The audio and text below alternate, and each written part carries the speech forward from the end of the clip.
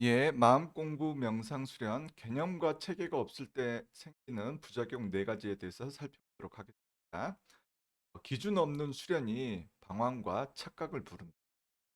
제가 항상 개념과 체계에 대해서 중요하다라고 설명하는데, 이런 개념과 체계가 없을 때 생기는 부작용에 대해서 정확하게 한번 짚어볼 필요성을 느껴서 이번 영상을 만들게 되었습니다.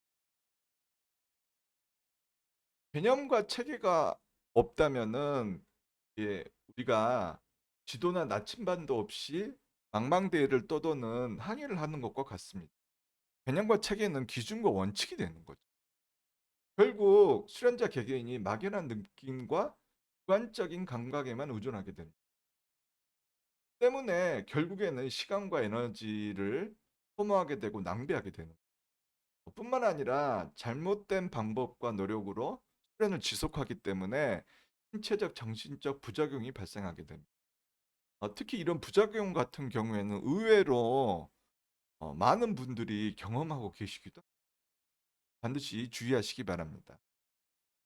때문에 수련자라면 내가 지금 제대로 수련하고 있는지 틈틈이 스스로를 이렇게 성찰하고 자문자답하는 것이 필요합니다. 첫 번째 부작용으로는 신비체험과 주관적인 착각에만 매몰되는 경우입니다. 몸의 진동이나 빛, 일시적인 체험을 통해서 카타르시스를 느끼면서 그것을 깨달음이나 자신의 수련의 발전으로 오해하는 경우가 많이 있습니다.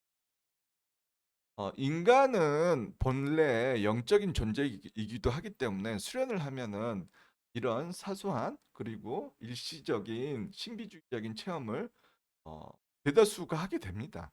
그런데 이제 그 경험을 이런 것도 있구나라고 이렇게 단순하게 넘어가지 않고 자기가 마치 무슨 큰 깨달음이나 큰 경험을 한 것이냐 착각하기 쉬운 거죠. 그러면서 자기 스스로 오만과 독선에 빠지기가 쉽습니다. 이런 것에 집중하게 되면은 일상에 있어서 감정이나 행동은 그대로인데 자신은 특별한 존재라는 착각에 빠지기가 쉽죠. 그러면서 아주 자연스럽게 자기 기만과 오만함이 높아지게 됩니다. 따라서 수련자들은 틈틈이 내가 스스로를 객관적으로 판단하고 있는지 아전 인수격으로 내 편한 대로 보고 듣고 느끼고 생각하고 있지는 않는지 성찰해 볼 필요가 있으십니다. 두 번째 부작용으로는 좀 심각한 부분인데 신체적 정신적 손상이 발생. 개념과 체계가 모호하기 때문에 정확하게 노력하지 않고 단순히 자기 자신의 선입관이라던가 잘못된 방법으로 수련을 하게 되는 거죠. 예를 들어서 부자연스러운 호흡과 의식적인 억지 집중을 유지하려고 노력하면서 머리에 자연스럽게 열이나 압력이 발생하게 돼요. 그래서 이렇게 두통이 빈번하게 되거나 얼굴이 빨갛게 달아오르는 안면 홍조 혹은 점점 심해지게 되면 불면증이나 불안감이 증가하게 됩니다. 제대로 이완하고 호흡하고 집중하는 것이 무엇인지 정확한 개념이 없기 때문에 이런 상기 현상이 발생하게 됩니다. 이런 상기 현상으로 인해서 에너지가 효율적으로 투입되지 않고 제대로 노력할 수 없기 때문에 결국 불필요한 긴장 상태가 지속되게 됩니다. 에너지 효율성이 저하되게 되고 피로감이 증가하게 되는. 이게 만성이 되면은 만성 피로감에 빠져들기 쉽습니다. 그런데 이렇게 문제가 뭐냐면 수련자는 자기가 이런 식으로 의식적으로 노력하고 있기 때문에 수련을 열심히 잘하고 있다라고 착각하기 쉽습니다. 이런 비정상적인 노력을 잘한다라고 착각하게 되는 거예요.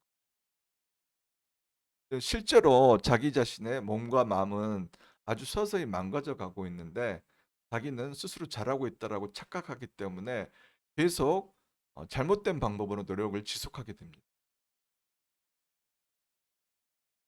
이러한 개념과 체계, 기준과 원칙이 없기 때문에 아무리 오랫동안 수련을 해도 결국에는 끝없이 방황하게 되고 제자리 걸음을 하는 상태에 머물게 됩니다.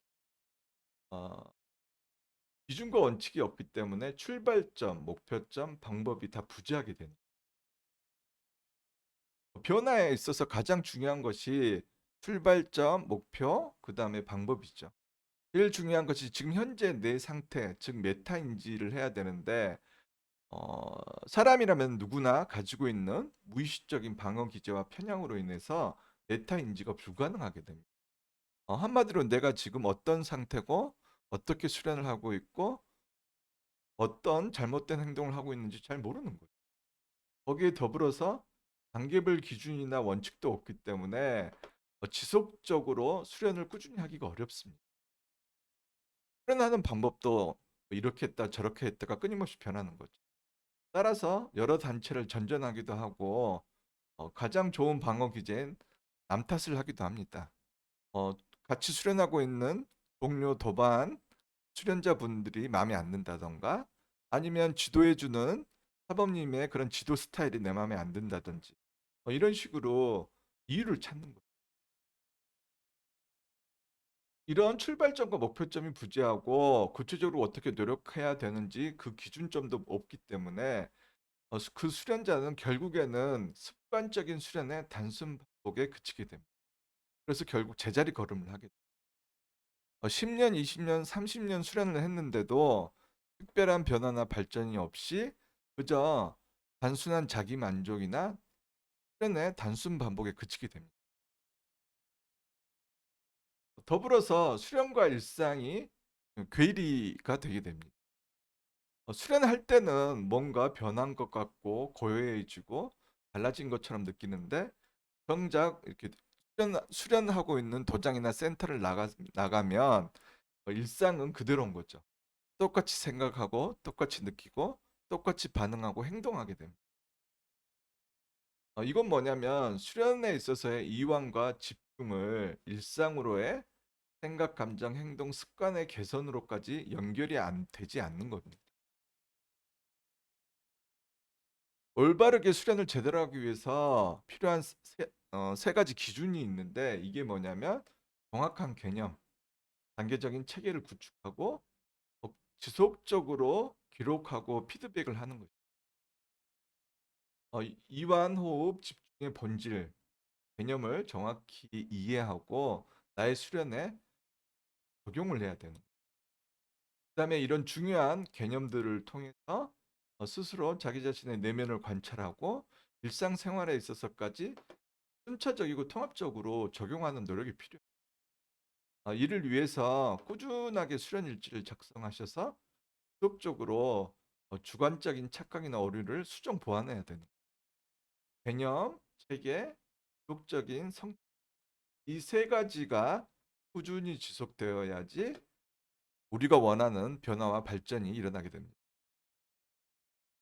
수련은 단순한 심리주의가 아닌 나를 정직하게 하는 과학이기도 합니다. 명확한 개념과 체계 위에서 지속적으로 노력해야지 실질적인 변화가 가능합니다. 아무 생각 없이 그냥 수련만 한다고 우리가 원하는 변화가 일어나지는 않습니다. 이 사실을 명확히 인식하시고 인정하시기 바랍니다.